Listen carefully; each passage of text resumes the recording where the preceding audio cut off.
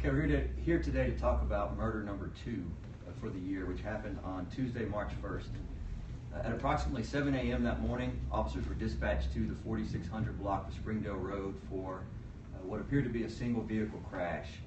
Upon arrival, officers found the van from the crash fully engulfed in flames, and officers, along with the Austin Fire Department, fought the fire, got the fire extinguished, and then determined that the driver of that vehicle was deceased inside the van.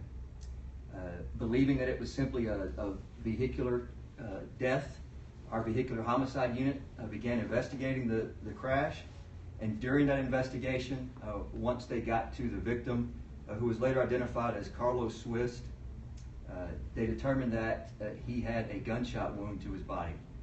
An autopsy was performed, and Mr. Swiss' death was ruled a homicide by the medical examiner's office, caused by that gunshot wound. We have received numerous tips. We have numerous items of evidence that we're following up on, but at this time we do not have anyone in custody. So we ask that anyone with information about what happened there that day, whether they were driving past and saw the crash, or have any information at all, to call the homicide tip line of Crime Stoppers to assist us in the investigation. Do you have leads on suspects? We do have a lead right now that we're following up on. We're not ready to talk about who that suspect is yet, but we do have some leads. There was some forensic evidence that was gathered, and so that's being analyzed at this time also. And so hopefully by next week, we'll be able to talk more about it. Was this random, or did these people know each other? We don't believe it was random. Some of the information that we have received leads us to believe that it's not random, that it's an isolated incident just involving these two people.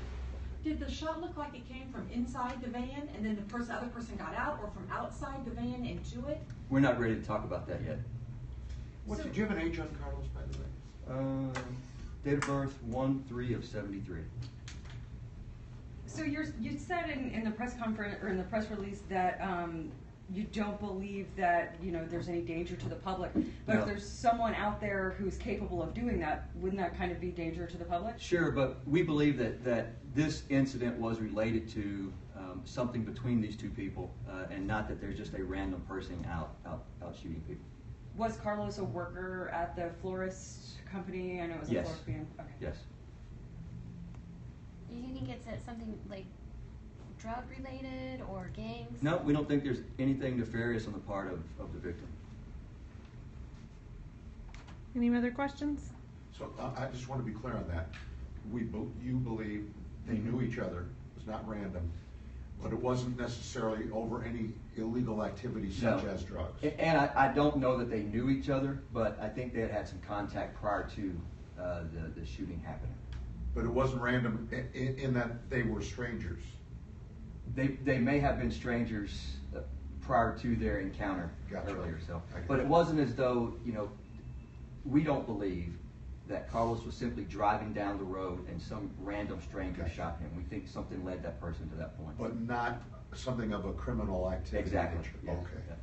Was there damage to the van in the sense of, was there broken front windshield, broken side windows? It was so damaged by the crash into the tree and the fire that I couldn't say that happened prior to or the shooting happening. So there was extensive damage from the fire.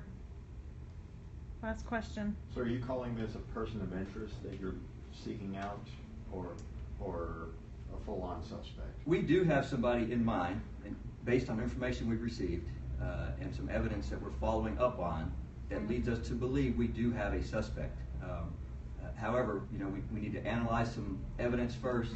We need to follow up on some more tips before we're fully ready to call this person a suspect. Do you believe that person is still in the area? We do.